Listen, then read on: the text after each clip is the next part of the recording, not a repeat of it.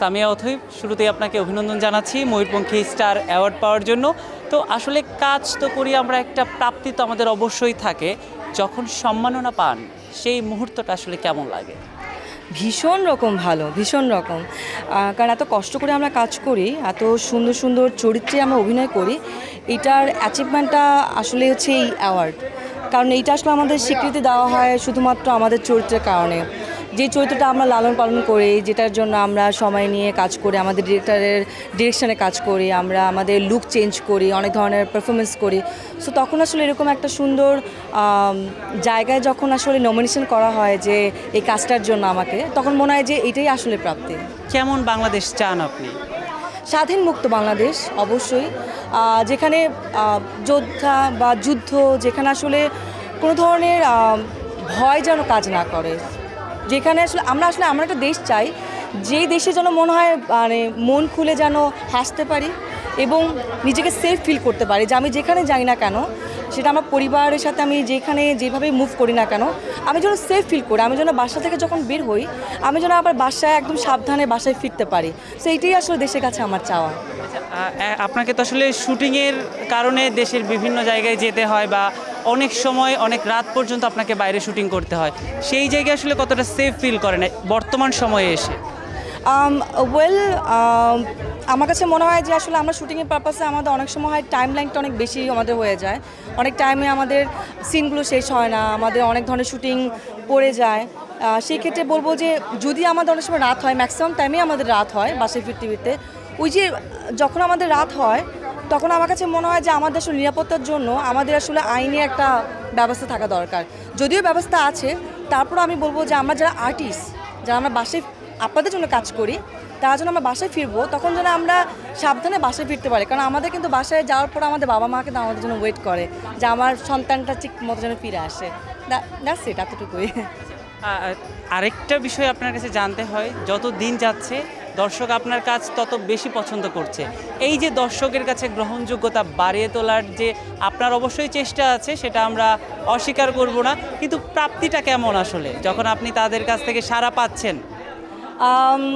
Honestly আমি বেঁচে আছি আমার দর্শকের জন্য, আমি শুধুমাত্র আমার দর্শকের জন্য বেঁচে আছি। কারণ এত এত ভালোবাসা, এত এত আমার কাজে অ্যাপ্রিসিয়েশন, এবং তারা প্রতিনিয়ত আমাকে ডিফারেন্ট ডিফারেন্ট চরিত্র দেখতে চায়, কখনো ওটিটিতে, কখনো আমাকে নাটকে, কখনো আমাকে কোনো একটা বিজ্ঞাপনে, কখনো আমাকে শ্যুটে।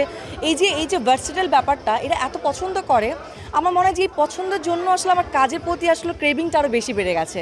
আমার মনে হয় যে না, I have to do something more and more, যাতে করে আমার এই দর্শকরা সবসময় আমার সাথে সারা জীবন আমাকে এইভাবে ভালোবাসা দিয়ে যায় এবং আমি যেন আরও ভালো কিছু ওদেরকে উপহার দিতে পারি। আমরা তো বছরের একদম শেষ প্রান্তে আছি, তো কি মনে হয় সামিয়া অথৈর এই বছরের সবচেয়ে বড় প্রাপ্তিটা কি ছিল, আর কোনটা এখনো অপ্রাপ্তিই থেকে যাচ্ছে যেটা আগামী বছর অবশ্যই সে চাইবে? প্রাপ্তি যদি বলি, প্রাপ্তি তো শেষ নাই। প্রতিনিয়ত প্রাপ্তি থাকবে, প্রতিনিয়ত আমরা প্রাপ্তি চাই। এবং এই বছর শেষের দিকে এই যে অ্যাওয়ার্ডটা পেয়েছি, এবং এই অ্যাওয়ার্ডটা হচ্ছে অপরূষের ওটিটি ফিল্মের জন্য আমি এই অ্যাওয়ার্ডটা পেয়েছি, আউটস্ট্যান্ডিং পারফরমেন্স। এটা আমার জন্য এখন একটা প্রাপ্তি। বছর শেষে খুব ভালোভাবে যাচ্ছে।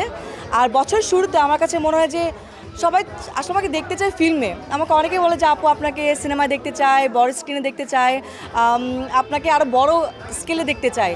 তো আমার মনে হয় যে হয়তো এরকম বড় কিছু একটা নিয়ে, ধামাকে নিয়ে সামনে আসবো সবার সাথে। কথা চলছে? সিক্রেট এখন কিছু বলতে চাই না। আমার মনে হয় যে দর্শক ওয়েট করুক, ভালো কিছুর জন্য আসলে ওয়েট করাটা দরকার। আচ্ছা, প্রত্যেক অভিনয় শিল্পীদের একটা স্বপ্ন থাকে, বা তারা তাদের কোনো স্বপ্নের চরিত্রে রূপদান করতে চায়।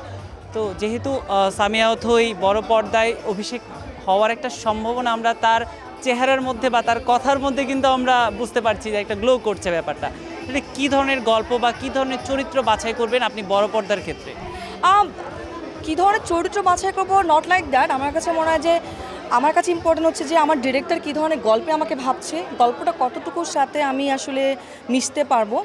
এবং সেটা কমার্শিয়াল হতে পারে, সেটা আসলে আমি নাচ গান সবই পারি, সো ওয়াই নট। সেটা কমার্শিয়াল হতে পারে, সেটা যে কোনো একটা নারী কেন্দ্রিক গল্প হতে পারে, যেখানে হয়তো একটা মেয়ের একটা কেন্দ্রীয় চরিত্র যেটা অনেক দূর টানবে। আবার সেটা হচ্ছে গ্রামীণ চরিত্রও হতে পারে, সেটা আবার এমনও হতে পারে যে আমার আমার খুব আসলে অ্যাকশন ফিল্ম করার খুব ইচ্ছা। আমার কাছে মনে হয় যে আমি অ্যাকশন ফিল্মটা খুব ভালো করতে পারবো, অথবা আমি স্পোর্টস রিলেটেড কোনো ভালো কিছু করতে পারবো। সো আমাদের দেশে অ্যাকশন অ্যান্ড স্পোর্টস রিলেটেড আসলে এই ধরনের গল্প হওয়া উচিত। সো এই ধরনের গল্প যদি আমাকে অফার করে, অ্যান্ড আই থিঙ্ক আমি চোখ বন্ধ করে করবো ডেফিনেটলি। সামিয়া অথই, আপনাকে অসংখ্য ধন্যবাদ আমাদের সঙ্গে এই সময়টা ভাগ করে নেওয়ার জন্য। পাশাপাশি যেহেতু নতুন বছর আসছে, আপনি আপনার ভক্তদের উদ্দেশ্যে কি বলতে চাইবেন?